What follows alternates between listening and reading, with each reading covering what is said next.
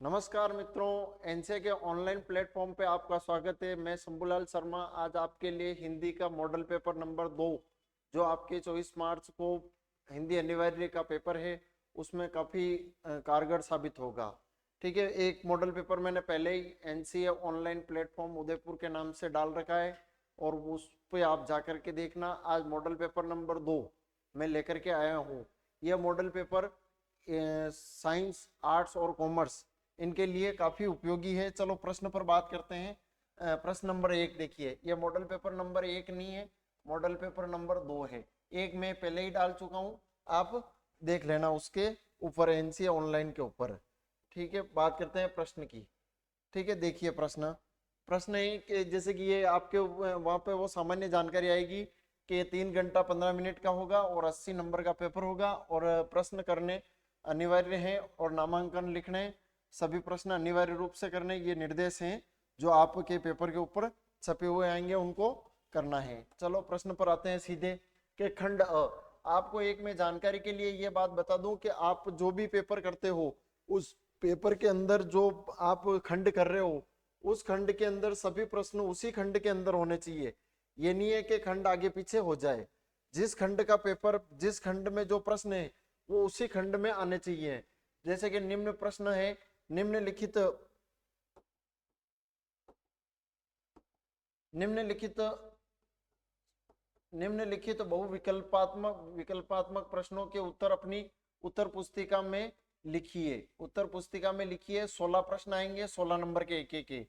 ये प्रश्न पहला है कि मीडिया जगत, मीडिया जब तक जनता, ये कोटेशन है, मीडिया जब तक जनता के साथ लेकर नहीं चलेगी तब तक जनता भी उसका साथ नहीं देगी, ये कथन किसका है? ये 1 नंबर का प्रश्न है, ये बताना है इसके अंदर कौन सा सही होगा।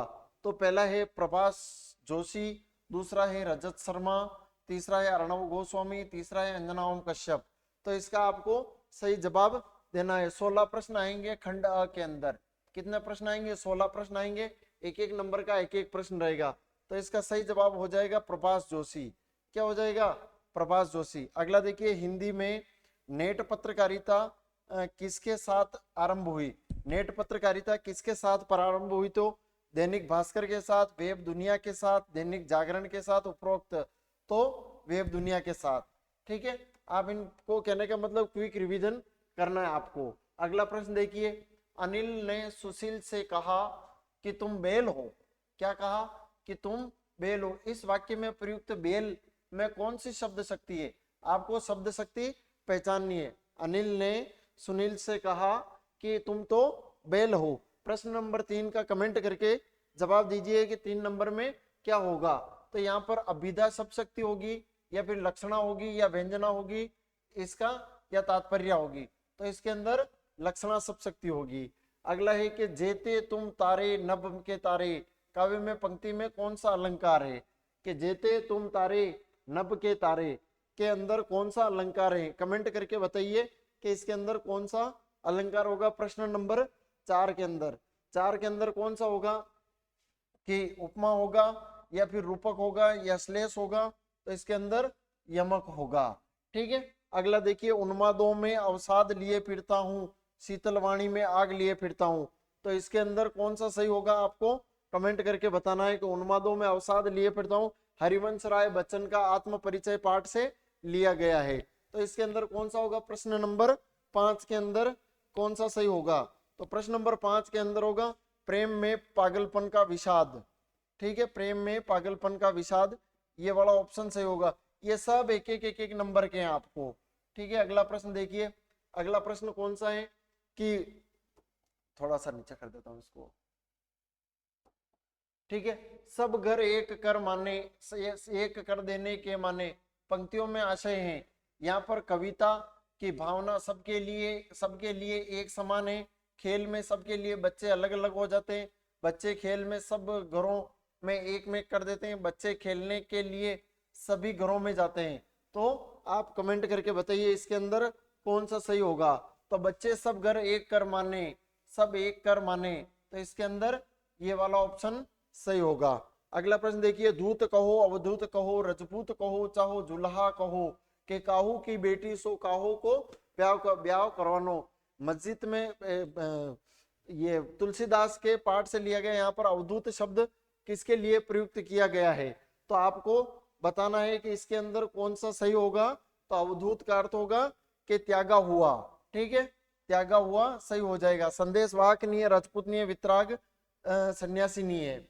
अगला देखिए, प्रश्न नंबर आपके सामने आ रहा है, छोटा ही प्रश्न है। लक्ष्मी के अप्रत्याशित अनुग्रह के पंख कब जड़ गए? लक्ष्मी के अप्रत्याशित अनुग्रह के पंख कब जड़ गए? गांव की सीमा में पहुंचते ही, ससुराल से रवाना होते ही, मायके में पहुंचते ही और वापिस ससुराल पहुंचते ही। प्रश्न नंबर 8 का जवाब देना है कि 8 के अंदर क्या सही है। कि जब उसको, कहने का मतलब उसके समाचार नहीं दिए गए थे उसकी माता पिता की मृत्यु के, तो गांव की सीमा के पार पहुंचते ही उसके पंख जड़ गए थे। तो गांव वाले कह रहे थे कि हाय लक्ष्मी अब आई हुई है। तो यह प्रश्न लिया गया है, भक्तिन पाठ से लिया गया है और भक्तिन पाठ के लेखक है महादेव वर्मा। अगला प्रश्न है कि मन खाली होने से क्या तात्पर्य है? मन खाली होने से क्या तात्पर्य? मन में विषय और विकार न होना, मन में कोई लक्ष्य न होना, मन में चंचलता न होना, मन में शुद्धता न होना। कि मन के खाली होने का क्या तात्पर्य है? तो आपको इसका जवाब देना है कि इसके अंदर है कि मन में कोई लक्ष्य न होना। इसका ये सही हो जाएगा। सभी एक नंबर के प्रश्न आपको अब शब्द में लगाने। अगला प्रश्न है कि शिरीष के पुराने फूलों के अंधकार लिप्स खड़खड़ लिप्सु खड़खड़ खड़खड़ाहट और नए पत्तों द्वारा उन्हें धकिया कर बाहर निकाल दिया जाता है। पंक्ति में लेखक ने किस पर व्यंग्य किया है? लेखक ने किस पर व्यंग्य किया गया है? साहित्यकार पर, समाज पर, राजनीति पर और लेखक पर। यह प्रश्न लिया गया है आपके शिरीष के फूल। कहां से लिया गया है? शिरीष के फूल पाठ से लिया गया है। और उस पाठ के लेखक हैं हजारी प्रसाद। कौन है?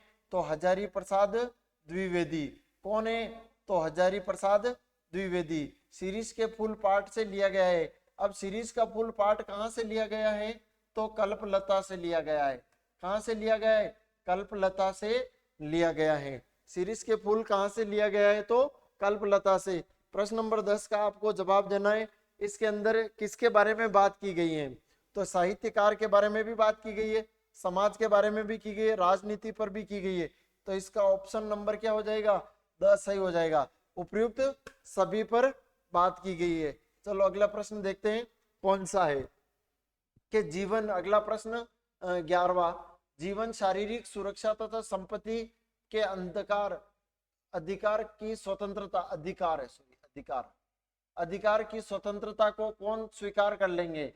यह प्रश्न लिया गया आपके कि जाति प्रथा और श्रम विभाजन बाबा साहब अंबेडकर के पाठ से लिया गया है। तो इसके अंदर पहला उत्तर है जाति प्रथा के पोषक शोषित वर्ग के दास वर्ग और उपयुक्त में से कोई नहीं। इस प्रश्न का सही जवाब देना है आपको कि इसके अंदर क्या सही होगा। तो इसके अंदर सही हो जाएगा जाति प्रथा के पोषक के बारे में बात की गई है। तो इसके अंदर क्या सही हो जाएगा? ऑप्शन सही हो जाएगा। अगला प्रश्न देखिए, प्रश्न नंबर 12। ठीक है, प्रश्न 12 है कि सिल्वर वेडिंग कहानी की मूल संवेदना किसे कहेंगे? मूल संवेदना के बारे में बात करना है। पहला है हाशिए पर धकिया जाते मानवीय मूल्य, दूसरा है पीढ़ी का अंतराल और तीसरा है पाश्चात्य संस्कृति का प्रभाव और चौथा है अ और ब। ठीक है, आपको कमेंट करके बताना है कि इसके अंदर कौन सा सही होगा। तो इसके अंदर हाशिए पर धकेले जाते मानवीय मूल्य और पीढ़ी का अंतराल अ और ब दोनों ही सही हो जाएंगे। तो इसके अंदर कौन सा ऑप्शन सही हो जाएगा? द ऑप्शन सही हो जाएगा। अगला प्रश्न देखते हैं, प्रश्न नंबर 13 कि बौद्ध स्तूप, ठीक है, अतीत के दबे पांव पाठ से लिया गया है और इस पाठ के लेखक कौन है? आप कमेंट करके बताना। अतीत के दबे पांव पाठ के लेखक कौन है? आप कमेंट करके बताइए। अति बौद्ध स्तूप को कहा गया है गौतम बुद्ध की कला। अगला बी ऑप्शन है सिंधु सभ्यता का प्रतीक। स है भारत का सबसे पुराना लैंडस्केप, भारत का सबसे पुराना स्तूप। आप कमेंट करके बताइए कि इसके अंदर कौन सा सही होगा। जल्दी कमेंट कीजिए और बताइए कि प्रश्न नंबर 13, प्रश्न नंबर डाल करके आपको उत्तर नंबर लिखना है आगे। ठीक है, अ सही है, ब सही है या द सही है, आप इसका सही जवाब आपको देना है। प्रश्न नंबर 13 का जल्दी से जवाब दीजिए। प्रश्न नंबर 13 के अंदर क्या है, बौद्ध स्तूप किसे कहा गया है कि भारत का सबसे पुराना लैंडस्केप है। अगला प्रश्न देखिए कौन सा हो जाएगा। अगला प्रश्न नंबर 14, प्रश्न नंबर 14 के अंदर क्या होगा। प्रश्न नंबर 14 के अंदर देखिए कि प्रश्न नंबर 14, सारे गांव में सबसे पहले दादा का कोल्हू शुरू क्यों होता था। ठीक है, सबसे पहले गांव में दादा का कोल्हू शुरू क्यों होता था। इसका सही जवाब देना है कि गुड़ ज्यादा निकलने के लिए। ठीक है, पहला ऑप्शन, उनके गन्ने का रस गाढ़ा होता था, गुड़ का भाव ज्यादा मिलना चाहिए था, ईख के रस में पानी की मात्रा अधिक होती थी। आप कमेंट करके बताइए कि इस प्रश्न नंबर 14 के अंदर कौन सा सही होगा कि सारे गांव में सबसे पहले दादा का कोल्हू शुरू क्यों होता था कि गुड़ ज्यादा निकलने के लिए, उनके गन्ने का रस गाढ़ा होता था, गुड़ का भाव ज्यादा मिलना चाहिए था, ईख के रस में पानी की मात्रा अधिक होती थी। तो पहले मेरा प्रश्न आपसे ये है कि ये प्रश्न कौन से पाठ से लिया गया है। पाठ का नाम भी मैं बता दूं कि जूझ पाठ से लिया गया है। कौन से पाठ से लिया गया है, तो जूझ पाठ से लिया गया है। तो अब मेरा प्रश्न आपसे ये है कि जूझ पाठ के लेखक कौन है, आपको लेखक का नाम कमेंट करके बताना है। ठीक है, कौन है।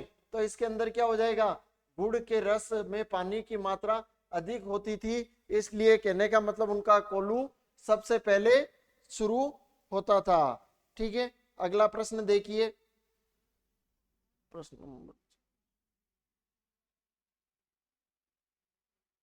प्रश्न इसमें गुड़ के भाव नहीं, इसके अंदर ये हो जाएगा, सॉरी, गुड़ के भाव ज्यादा मिलने चाहिए थे, इसलिए वो ये चाहते थे कि कहने का मतलब गुड़ के भाव सबसे पहले मिल जाए, इसलिए वो अपने वो कोल्हू सबसे पहले शुरू कर देते थे।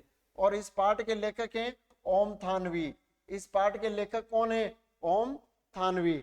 अगला प्रश्न देखिए कौन सा प्रश्न है आपकी स्क्रीन पर। अतीत में दबे पांव पाठ में किस सभ्यता का वर्णन किया गया है।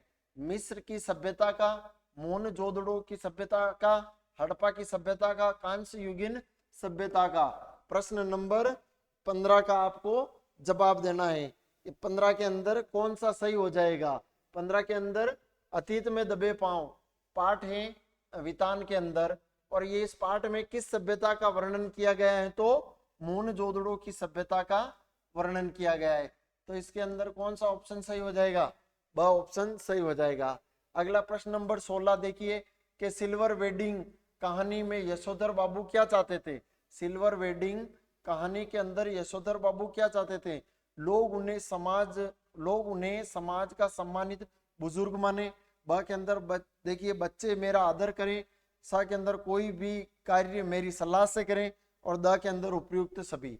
कमेंट करके बताइए कि कौन सा सही होगा। सिल्वर वेडिंग कहानी में यशोधर बाबू क्या चाहते थे, तो आपको बताना है कि यशोधर बाबू क्या चाह रहे थे। तो इसके अंदर चारों ही बातें चाह रहे थे कि लोग उन्हें समाज में सम्मानित बुजुर्ग माने, बच्चे उनका आदर करें, कोई भी कार्य उनकी सलाह से करे। तो इसके अंदर क्या हो जाएगा, द डी ऑप्शन हो जाएगा। मैं आपको एक जानकारी बता दूं कि आपके जो अ पार्ट खंड अ के अंदर जो पहले आ रहे हैं अबसद वाले ऑब्जेक्टिव आ रहे हैं, वो 16 क्वेश्चन आ रहे हैं। कितने प्रश्न आ रहे हैं, 16 क्वेश्चन आ रहे हैं, उनके अबसद से जवाब देने हैं। चलो अगले प्रश्न देखते हैं। रिक्त स्थान की पूर्ति कीजिए, रिक्त स्थानों की पूर्ति कीजिए। प्रश्न नंबर 2, ये भी खंड अ का है, 6 अंक का है। ये प्रत्येक प्रश्न 6 प्रश्न दे रहे हैं, एक एक प्रश्न एक एक अंक का है। कि भाषा का लिखित रूप खाली स्थान क्या कहलाता है। कमेंट करके बताइए, मैं आपके उत्तर की प्रतीक्षा कर रहा हूं कि भाषा का लिखित रूप क्या कहलाता है। तो आपको जवाब देना है कि क्या सही होगा। भाषा का लिखित रूप कहलाएगा वर्ण कहलाएगा। बस ये लिखते ही आपके 1 नंबर आपको मिल जाएगा। अगला देखिए, प्रातःकालीन भ्रमण स्वास्थ्य के लिए उपयोगी है। प्रातःकालीन भ्रमण स्वास्थ्य के लिए उपयोगी है, वाक्य में कौन सी शब्द शक्ति है। शब्द शक्ति बतानी है साहब आपको। शब्द शक्ति कौन सी है, कमेंट करके बताइए। प्रातःकालीन भ्रमण स्वास्थ्य के लिए उपयोगी है, तो इसके अंदर कौन सी शब्द शक्ति होगी? थी सीधी सीधी बात है कि यहाँ पर अभिधा शब्द शक्ति होगी। कौन सी शब्द शक्ति होगी? अभिधा शब्द शक्ति होगी। अगला प्रश्न देखिए, तरनी, तनुजा, तट, तमाल, तरुवर, बहु, छाये। उक्त पंक्ति में त वर्ण की बार बार आवृत्ति हो रही है, तो यहाँ पर कौन सा अलंकार होगा? त वर्ण की बार बार, एक ही वर्ण की बार बार आवृत्ति होती है, तो वहां पर होता है अनुप्रास अलंकार। कौन सा अलंकार हो जाएगा? अनुप्रास अलंकार। अनुप्रास अलंकार उसे कहते हैं कि एक वाक्य के अंदर एक ही वर्ण की बार बार आवृत्ति हो रही हो।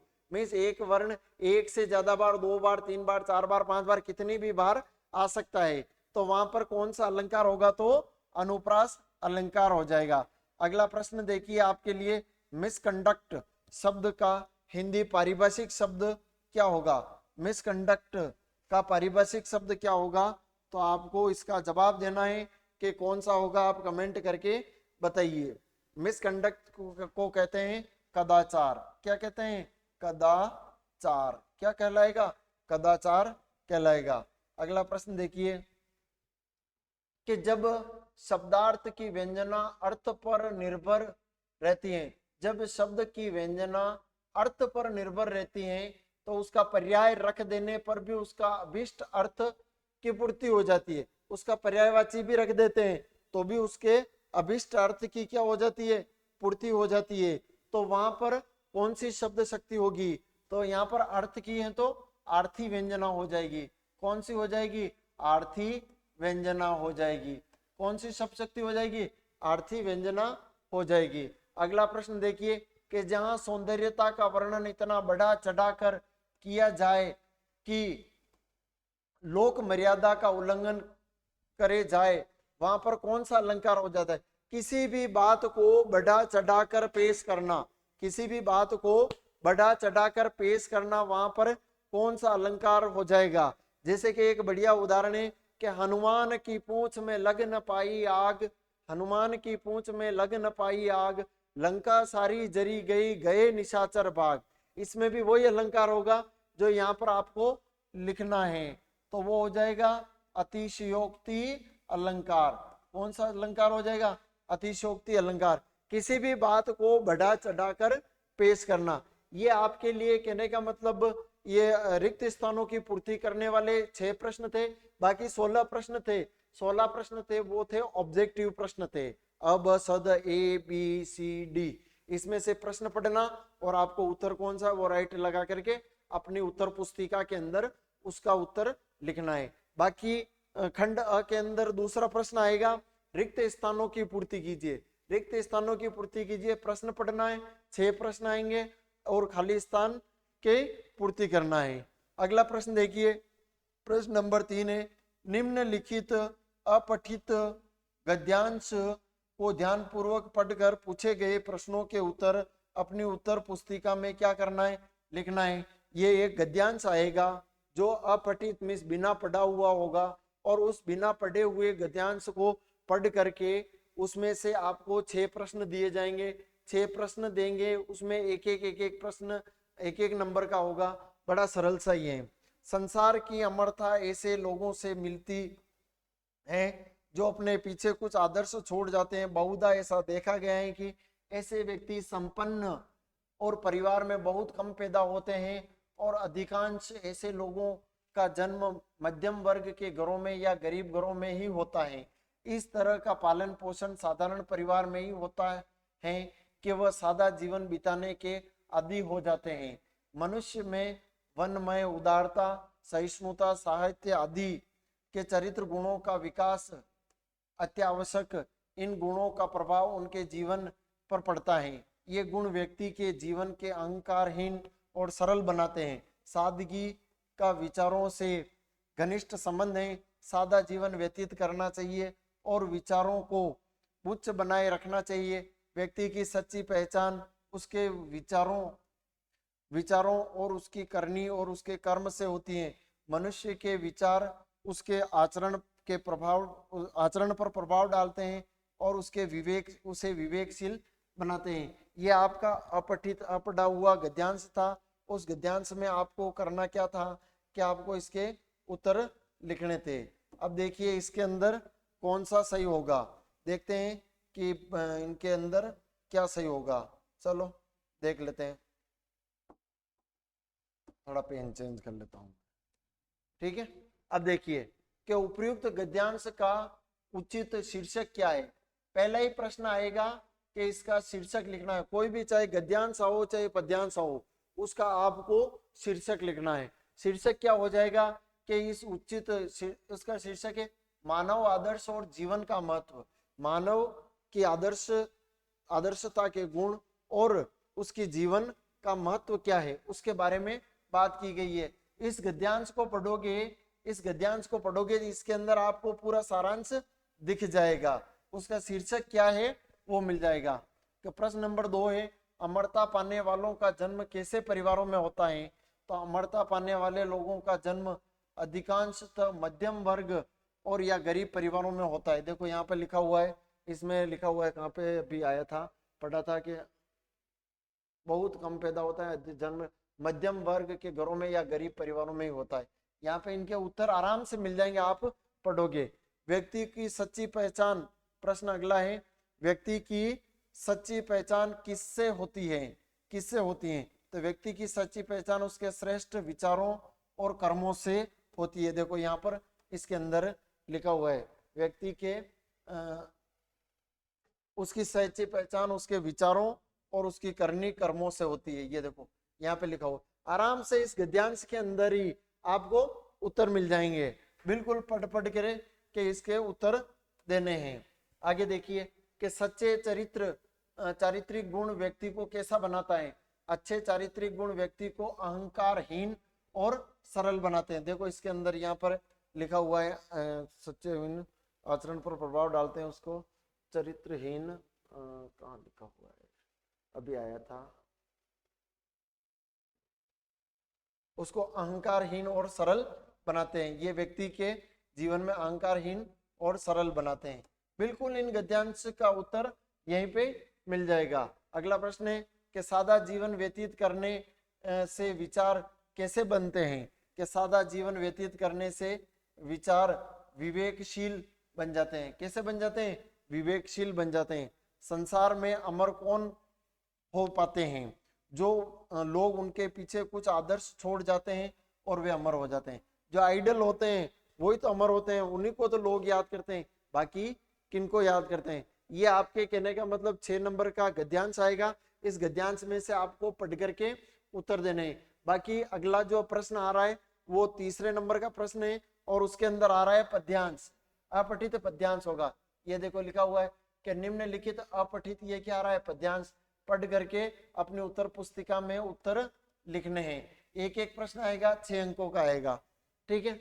अब न गहरी नींद में तुम सो सकोगे, गीत गाकर मैं जगाने आ रहा हूं, अतल अस्ताचल तुम्हें जाने न दूंगा, अरुण अरुण उदयाचल सजाने आ रहा हूं, कल्पना के आज तक उड़ते रहे तुम, साधना से मुड़कर सहरते रहे तुम, अब तुम्हें आकाश में उड़ने न दूंगा, आज धरती पर बसाने आ रहा हूं, सुख नहीं यह नींद में सपने सजोना है। आगे देखिए, दुख नहीं यह शीश पर गुरु भार ढोना है, शूल तुम जिसको समझते हो अभी तक, फूल में उनके बनाने आ रहा हूं। प्रति उपयुक्त पद्यांश में आपको क्या लिखना है, शीर्षक लिखना है। तो इसका शीर्षक क्या हो जाएगा, जागरण के गीत है। हिंदी के अंदर जागरण के गीत राम नरेश त्रिपाठी, मैथिली शरण गुप्त आदि लोगों ने गाए हैं। तो यहाँ पर देखिए कवि ने किसे सुख और दुख नहीं माना है।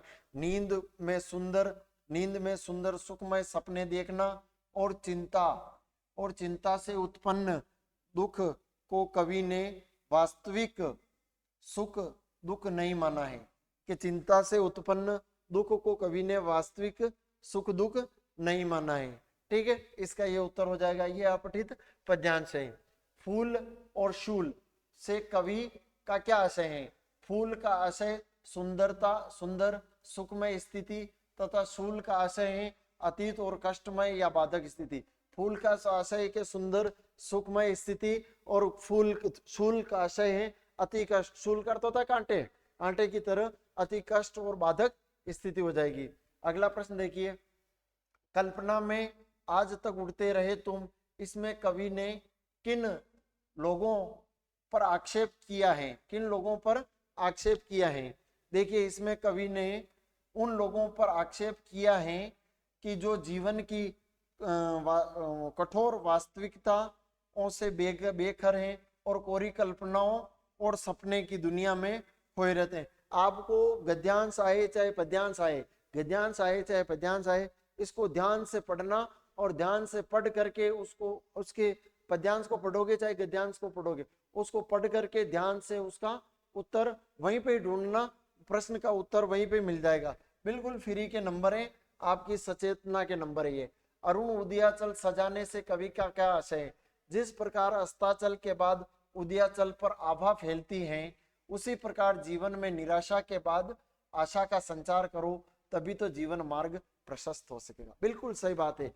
मिस ये क्या, सूर्य अस्त होता है तो उदय भी होगा, जीवन में सुख आएगा तो दुख भी आएगा, ठीक है। उसी प्रकार जीवन में निराशा आएगी तो स्वाभाविक है आशा भी आएगी। इसीलिए इसको कहा गया है कि इसका शीर्षक क्या था? जागरण के गीत।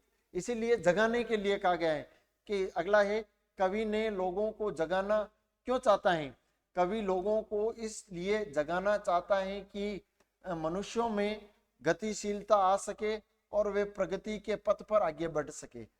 मनुष्यों के अंदर क्या आ सके? गतिशीलता, जीवन में आगे बढ़ने की गतिशीलता आ सके और वे प्रगति के पथ पर आगे बढ़ सके, ठीक है। यह प्रश्न था। अब अगला आया है खंड ब, ठीक है। खंड अ के अंदर क्या था? खंड अ के अंदर 16 क्वेश्चन तो थे अब सद वाले, 6 क्वेश्चन थे रिक्त स्थानों की पूर्ति करने वाले, और 6 गद्यांश के थे और 6 पद्यांश के थे। तो 16 और 6 22, 22 और 6 6 12, 22 और 12 कितने हो गए? 10 34 में 34 नंबर आपके सीधे सीधे वहीं पे मिल रहे हैं। अब यहाँ पर आपके खंड ब के अंदर आपको क्या करना है? अब आप पेपर के अंदर करो, पेपर खोलो, खंड अ के अंदर जो भी आप उत्तर पुस्तिका में लिखोगे खंड अ लिखने के बाद फिर उसके उत्तर वहीं पे लिखना। ये नहीं हो कि खंड ब का आपको कोई उत्तर आ रहा है तो वहां पर जाकर इसका उत्तर वहां पे दे दो, ऐसा काम अपने को नहीं करना है। अगला देखिए, लघुतरात्मक प्रश्नों के उत्तर लगभग 40 शब्दों में देना है, ठीक है। एंकर बाइट किसे कहते हैं? एंकर की बाइट किसी घटना की खबर देने के साथ साथ उस घटना से जुड़े हुए प्रत्यक्षदर्शियों या संबंधित लोगों से कथन दिखाकर और सुनाकर खबर को प्रामाणिकता देने का की जो प्रक्रिया होती है उसे एंकर बाइट कहते हैं। अपन देखते हैं टीवी के अंदर कोई भी खबर आ रही है, उसको एंकर क्या करता है कि उस खबर को, कहने का मतलब दिखाकर और सुनाकर उसकी प्रामाणिकता देता है। दिखा करके और सुना करके जो उसकी प्रामाणिकता देता है उसी को कहते हैं कि एंकर बाइट। एंकर जो टीवी में एंकरिंग करता है उसका कथन, बाइट मीन्स कथन होता है। अगला प्रश्न नंबर 6 के सिंधु सभ्यता में सौंदर्य बोध समाज पोषित, ये थोड़ा सा मिस्टेक हो रहा है, इसको मैं सही कर देता हूँ। दबे पांव के आधार पर कथन की पुष्टि करना है, ठीक है। सिंधु सभ्यता के मिले अवशेषों में राजमहल, मंदिर और समाधि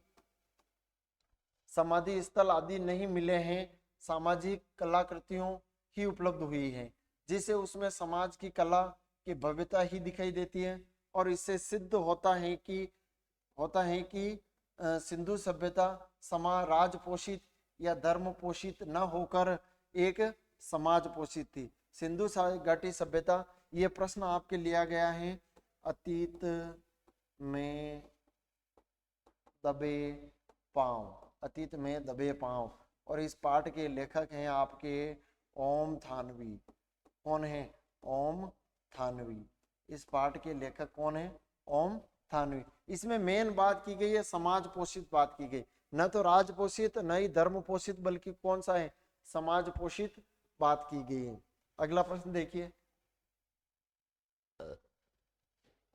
सिल्वर वेडिंग कहानी से क्या शिक्षा मिलती है? बिल्कुल मनोहर श्याम जोशी की कहानी है बहुत बढ़िया कहानी है, जीवन में पढ़ना चाहिए इसको।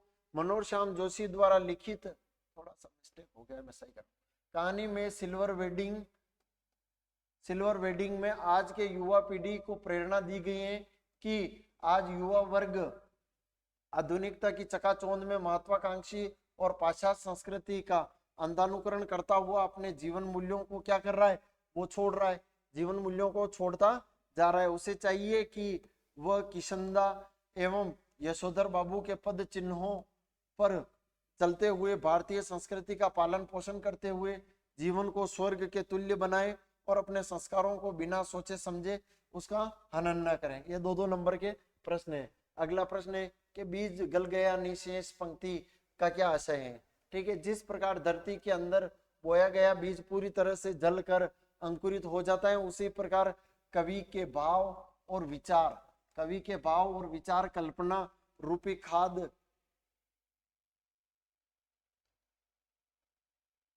खाद में वह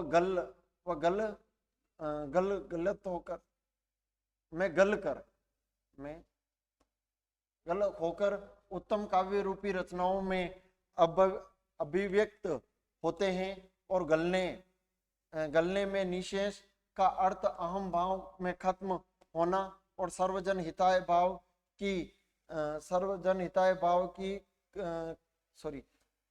कविता में प्रकट होने से होता है। यहाँ पर बीज गल गया और निशेष पंक्ति का आशय यही है कि जमीन के अंदर बीज पड़ा था और वो क्या हो गया, गल गया और वो अंकुरित होने लगा।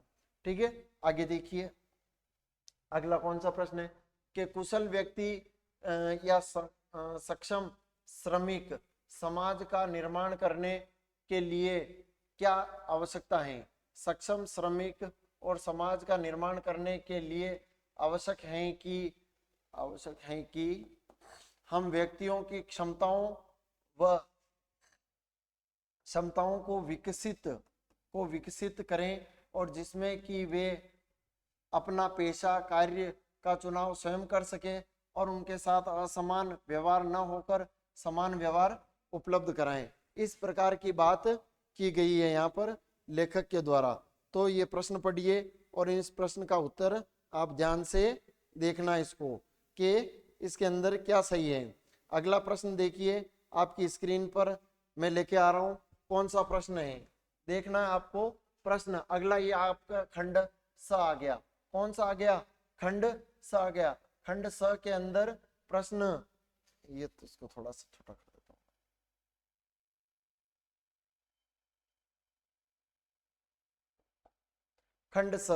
खंड स के अंदर आपको प्रश्न देखना है 10 से 14 तक 60 से 80 शब्दों में इनके क्या करने, उत्तर लिखने हैं।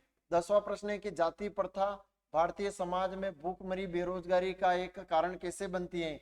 श्रम विभाजन एवं जाति प्रथा पाठ के आधार पर स्पष्ट कीजिए। या तो आपको ये प्रश्न करना है या फिर ये प्रश्न करना है, ये अथवा में आप प्रश्न नंबर डालिए और ये कर रहे हो तो इसका उत्तर लिखिए, ये कर रहे हो तो इसका उत्तर लिखिए। कभी कभी बाजार में आवश्यकता ही पोषण का रूप धारण कर लेती है।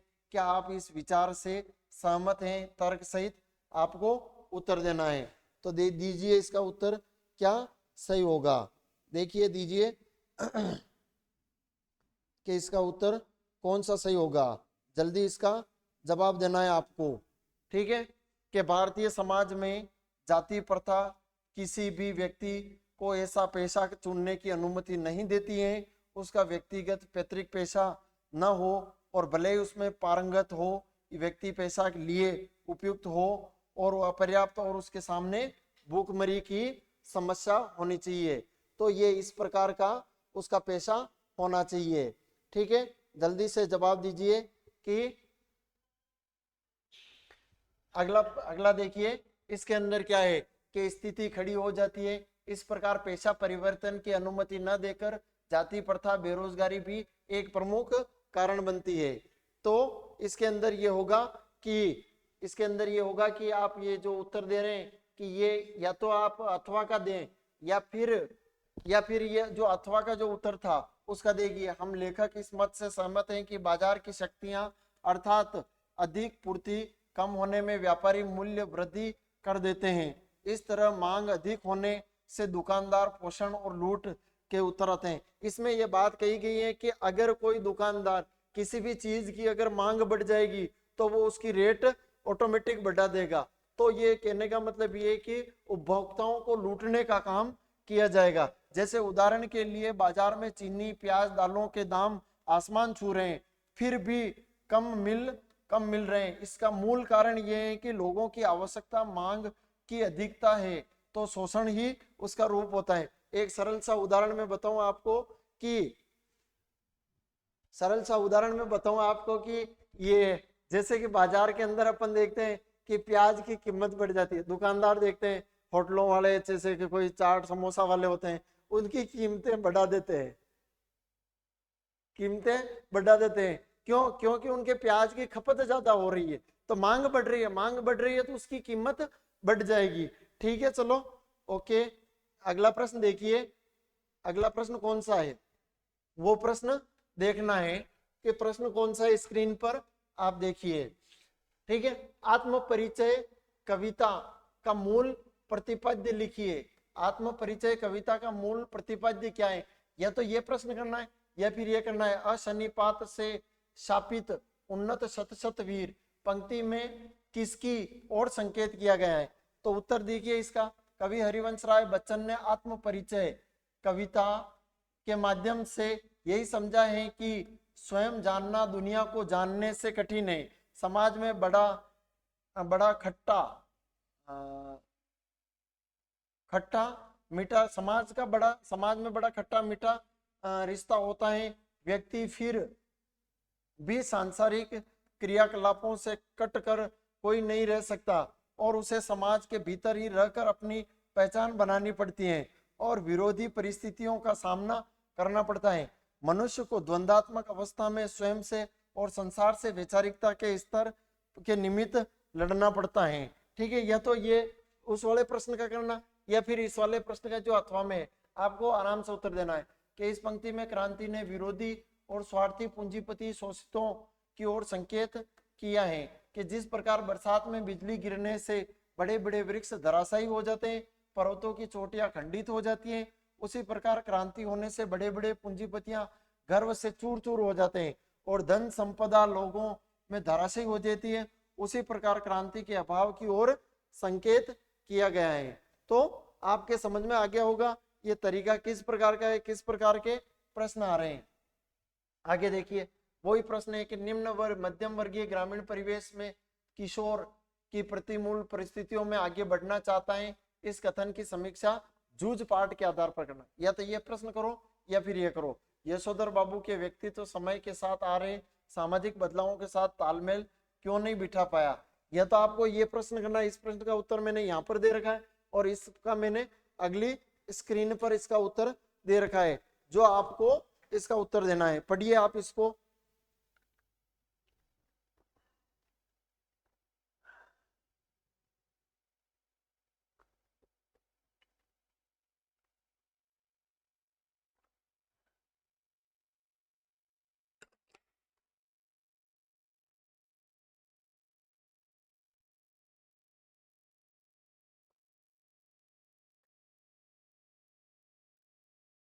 ठीक है, ये इसका पूरा उत्तर हो जाएगा। आगे देखिए इसका क्या उत्तर है। ये वापिस ये अथवा का उत्तर हो जाएगा कि सिल्वर वेडिंग कहानी में प्रमुख पात्र यशोधर बाबू ग्रामीण परिवेश से पोषित संस्कारी व्यक्ति हैं। वे किशनदा को अपना आदर्श मानते थे, वे उन्हीं के आदर्शों के अनुरूप जीना चाहते थे। इतना ही नहीं, वे अपने परिवार को कभी उन्हीं आदर्शों में डालना चाहते थे। यशोधर बाबू अपने संस्कारों में प्रौढ़ आयु नए चलन की व्यर्थता उन्हें डालने नहीं देती थी। उन्हें आधुनिक पहनावा, पश्चिमी रंग, नया रहन सहन अपने अनुकूल नहीं लगता था, इसलिए वे समय के साथ साथ ढल सकने में असफल होते थे। देखिए आगे क्या है, प्रश्न नंबर 13। शमशेर बहादुर सिंह के व्यक्तित्व या कर्तृत्व पर परिचय डालना है। ये इनका कवि परिचय है। आपको एक तो पूछेगा गद्य से, एक या पूछेगा पद्य से, एक पूछेगा गद्य से, एक पूछेगा पद्य से। एक तो गद्य का पूछेगा, एक पूछेगा पद्य का। तो आपको जो अच्छे से कवि परिचय आता हो, ठीक है, 3 नंबर का प्रश्न है, बढ़िया आराम से नए पेज पर इसका उत्तर आपको क्या करना है, लिखना है। आराम से इसको पढ़ करके ये आराम से पढ़ लेना आप इसको, और फिर इसका जो भी परीक्षा में अगर पूछा जाए तो इसको एज इट इज इसको आप लिख देना है। ठीक है, बड़ा सरल सा प्रश्न है। आगे देखते हैं। ये कहने का मतलब जैनेंद्र कुमार का कवि परिचय दिया गया है। जैनेंद्र कुमार का कवि परिचय, एक रात दो चिड़िया, इसमें थोड़ी सी मिस्टेक हो गई है, मैं सही कर रहा हूँ। ठीक है, ये कवि परिचय है, 3 नंबर का प्रश्न है जो आपको लिखना है। आगे देखिए, ये उनका कवि परिचय की बात हो गई है। अगला है जंक फूड की बढ़ती घुसपैठ के विषय पर फीचर क्या करना है, लिखना है। ठीक है, अपेक्षित वृद्धावस्था विषय पर आलेख लिखिए।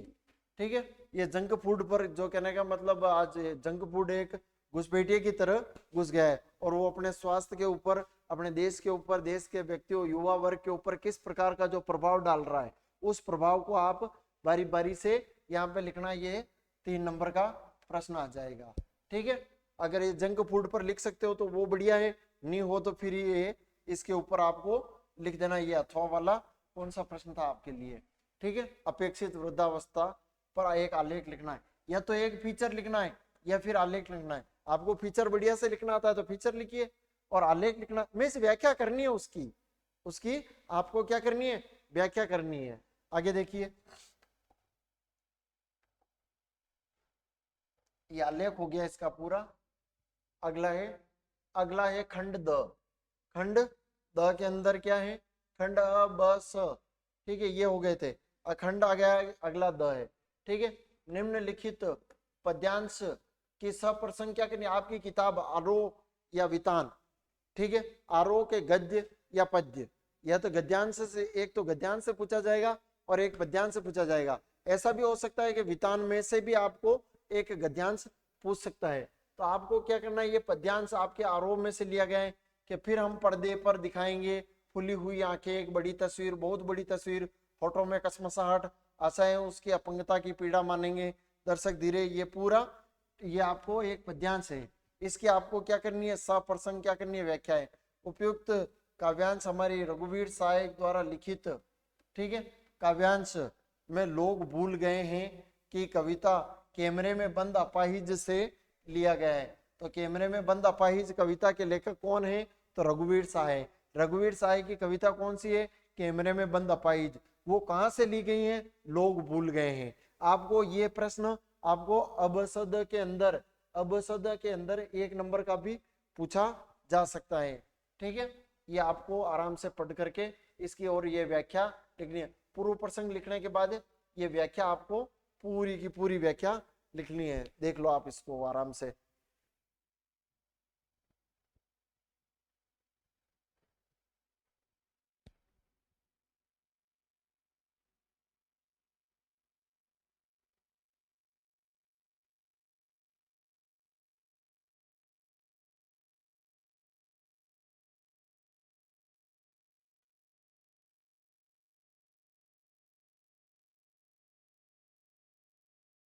ठीक है, ये व्याख्या लिखनी है, देख लो आप आराम से।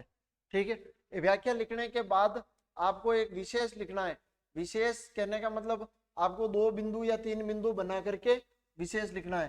पहला एक कवि ने मीडिया की व्यापार वृत्ति पर व्यंग्य किया है।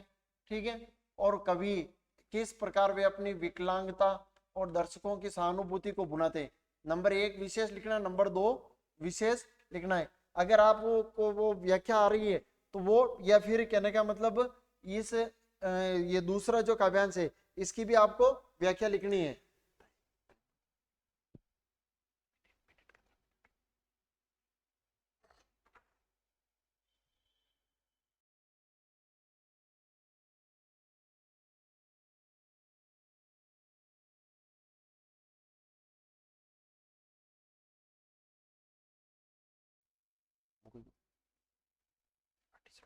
ठीक है, आपको वो या तो वो उसकी उस पद्यांश की व्याख्या करनी है या फिर इसकी व्याख्या करनी है। जो आपको व्याख्या बढ़िया लगे उसकी व्याख्या कर देनी है।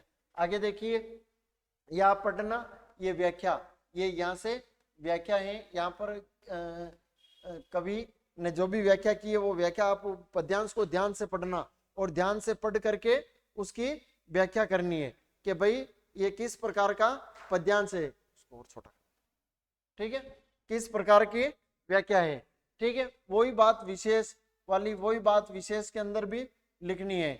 वो विशेष के अंदर 1 2 3 पॉइंट आप जितना डालना चाहते हो, अगर कहने का मतलब पद्यांश आए चाहे गद्यांश आए, पद्यांश आए, पूर्व प्रसंग, व्याख्या और उसके विशेष के 2 या 3 पॉइंट उसके रिलेवेंट आपको, उसके संबंधित आपको लिखने हैं। लिखोगे तो कहने का मतलब ये कि अच्छे नंबर आपको मिलने की एक संभावना बन जाएगी।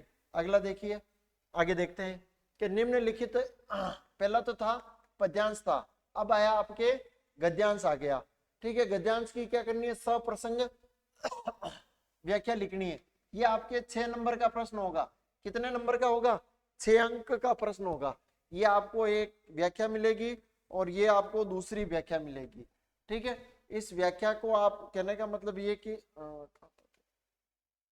ये व्याख्या है। अब यहाँ पर कहने का मतलब आपको पूर्व प्रसंग, प्रस्तुत अवतरण अंबेडकर साहब द्वारा लिखित मेरी कल्पना का आदर्श समाज लेख से लिया गया है। इसको आप कहने का मतलब जो पहले वाला जो पद्यांश था, सॉरी गद्यांश था, वो उसकी यहाँ पर व्याख्या की गई है।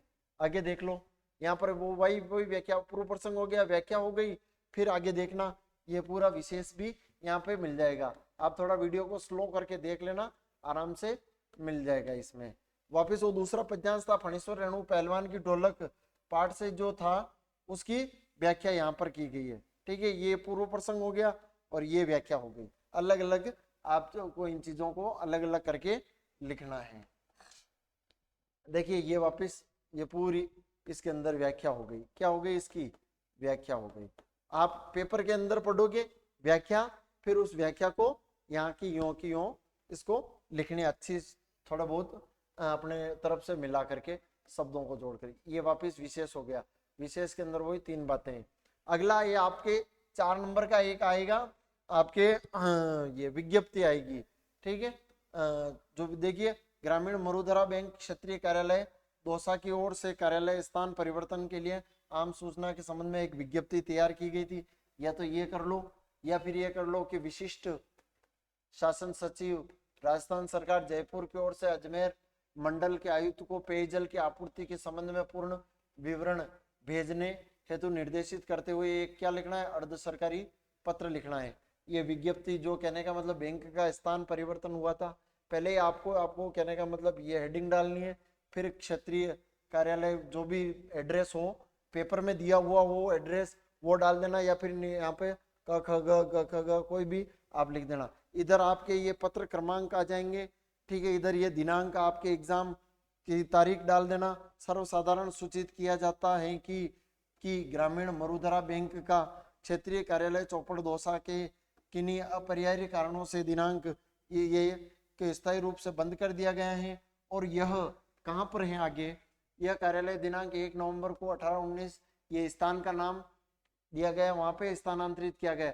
अतः समस्त खाताधारी जमाकर्तियों अन्य बैंक शाखाओं को सूचित किया जाता है कि उक्त तिथि की समस्त लेन देन हेतु क्षेत्रीय कार्यालय गणेशों की यहाँ पर संपर्क कर रहे हैं। असुविधा के लिए यहाँ पर हस्ताक्षर प्रबंध निदेशक के जो भी होंगे जो करेंगे वो उनके हस्ताक्षर आ जाएंगे, ठीक है।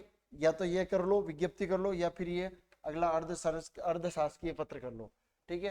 अर्धशासकीय पत्र में विशिष्ट शासन सचिव स्वायत्त शासन विभाग राजस्थान सरकार शासन सचिवालय जयपुर प्रेषिति श्रीमान मंडलायुक्त अजमेर। पत्र क्रमांक हमेशा कहने का मतलब ये कि पत्र क्रमांक इस तरफ आएंगे और इस तरफ ये डेट आ जाएगी। ये प्रिय राठौड़ जी, ठीक है, जयपुर। आगे देखिए क्या दे रखा है इसके अंदर, ठीक है भैया। ये पूरा की पूरी हेडिंग ये यहाँ पर आपको लिख लेनी है, देख लो आप इसको आराम से।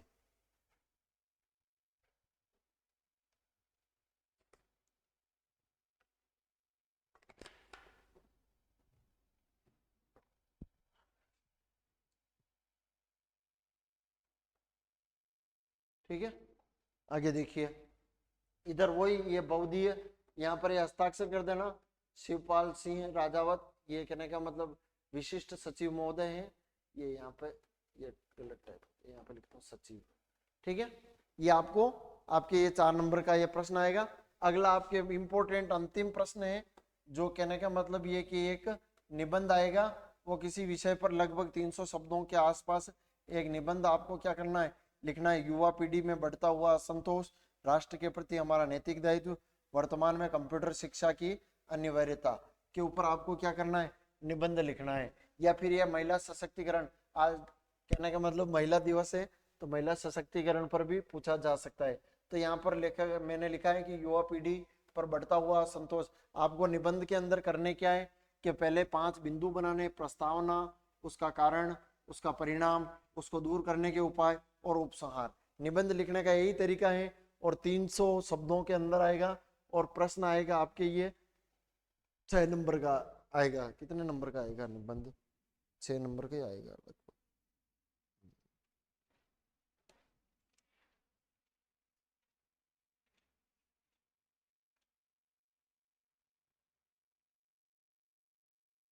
5 नंबर का आएगा निबंध आपके। ठीक है, प्रस्तावना लिख देनी है। देखो ये प्रस्तावना के अंदर युवा पीढ़ी का बढ़ता हुआ असंतोष में कि उसका क्या कारण, प्रस्तावना बनानी है। फिर आपको कहने का मतलब यह कि प्रस्तावना लिखनी है, फिर अगला पॉइंट है असंतोष के कारण लिखने हैं कि युवा पीढ़ी में असंतोष के क्या कारण है, उन कारणों का हवाला देना है। उसके बाद उनको दूर करने के उसके परिणाम क्या निकलेंगे उसके बारे में बात करनी है। उसके बाद अगला कहने का मतलब ये कि असंतोष को दूर करने के उपाय क्या क्या हैं। तो आपको इस कम से कम एक निबंध के अंदर 5 बिंदु बनाने। पहला बिंदु अनिवार्यतः प्रस्तावना का बनाना है और अंतिम बिंदु उपसंहार का बनाना है। उसमें उसके कारण, उसका लक्ष्य, उद्देश्य, उसके दुरुपयोग, सदुपयोग सब उसके अंदर आपको निबंध के अंदर लिखने हैं। और निबंध के अंदर आप लिखोगे ये उसको दूर करने के उपाय, ये सब चीजें आप मेंशन करने के बाद आपको अंतिम लिखना पड़ेगा उपसंहार।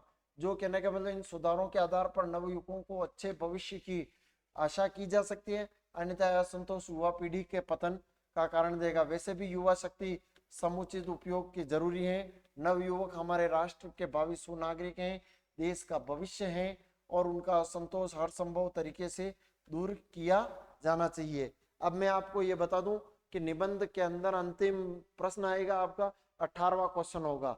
18वां क्वेश्चन होगा जिसमें 4 निबंध आएंगे।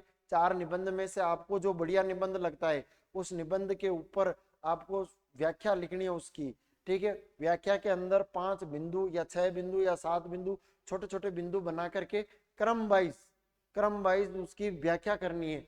और अंतिम पहले ही पहला बिंदु हो जाएगा उसके निबंध की प्रस्तावना और अंतिम हो जाएगा उसका उपसंहार। उपसंहार लिखना एक निबंध के अंदर अनिवार्य है और अंतिम जो लिखा जाएगा वो उपसंहार लिखा जाएगा। मैं आपको वापिस अवगत करा रहा हूँ कि एनसीए ऑनलाइन उदयपुर के द्वारा आपके लिए निःशुल्क यूट्यूब पर आपके लिए हर विषय के जो आपके 12th क्लास में जो विषय 5 विषय हैं उन 5 विषयों के मॉडल पेपर आपको उपलब्ध करवाए गए हैं। उन मॉडल पेपर को देखें, चैनल को सब्सक्राइब करें, ज्यादा से ज्यादा अधिक से अधिक विद्यार्थियों तक शेयर करें ताकि सभी बच्चों को परीक्षा पैटर्न, परीक्षा में प्रश्न किस प्रकार के आ रहे हैं, प्रश्न करने का तरीका किस प्रकार का है, उत्तर लिखने का तरीका किस प्रकार का है, हमारी टीम के द्वारा बहुत ही बेहतरीन तरीके से इसके ऊपर कार्य किया गया है। तो आप सभी जुड़िए। अगली क्लास, ये तो मॉडल पेपर नंबर 2 था, अगला मॉडल पेपर नंबर 3 लेकर के मैं आपके सामने अति शीघ्र आ जाऊंगा। तब तक के लिए जय हिंद, नमस्कार, जय हिंद, जय राजस्थान।